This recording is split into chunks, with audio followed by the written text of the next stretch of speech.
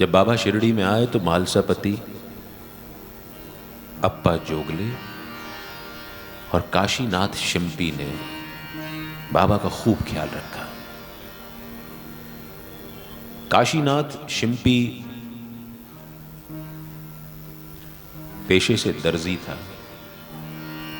कपड़ों का व्यापार करता था। तीनों बाबा का खूब ख्याल रखते, बाबा की खूब सेवा करते।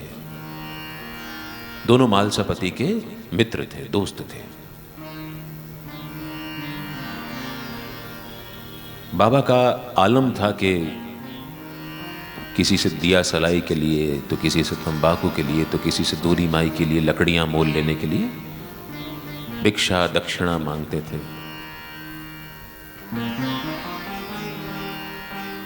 एक दिन उन्होंने काशीनाथ से किसी प्रयोजन हेतु दक्षिणा मांगी। काशीनाथ ने बाबा की झोली में डाल दिया।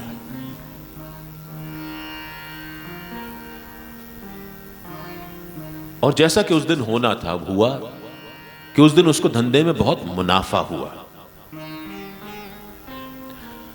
अब उसने रोज का क्रम बना लिया कि वो बाबा को दक्षिणा देता।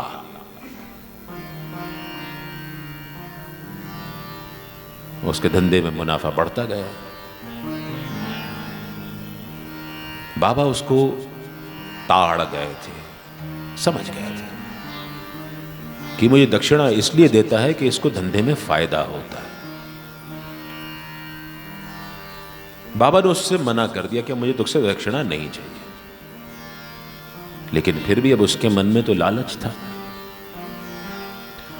उसने बाबा को दक्षिणा जबरदस्ती दे दी।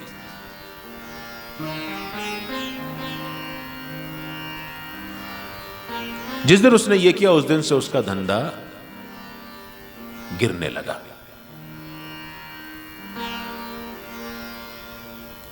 धीरे धीरे उसने बाबा को दक्षिणा देना बंद कर दी।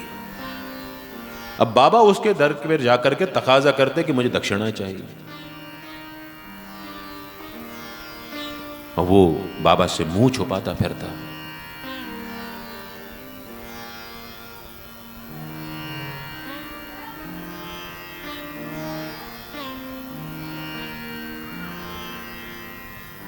सोचिए सोचिए, आप पाता है दाता नहीं।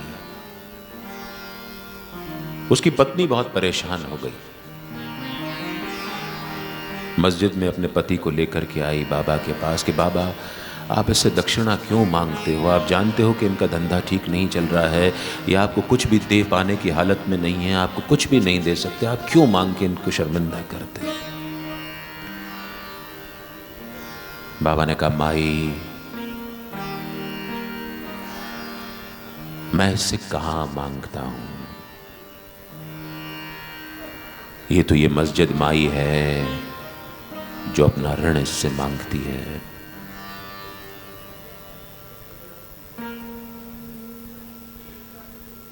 ये मुझे बीच में रोज दक्षिणा देता था, और दक्षिणा देते देते इसके मन में ये भाव उत्पन्न हो गया कि मैं दाता और साईं पाता।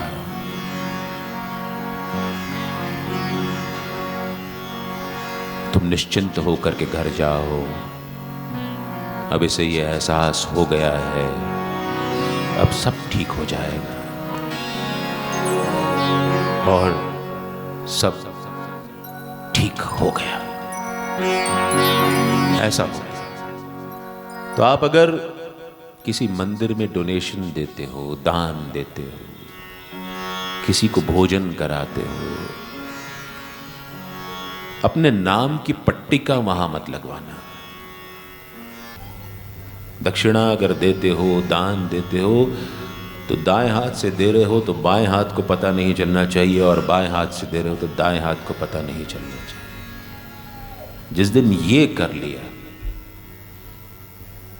उस दिन बाबा के भंडार भरे रहेंगे।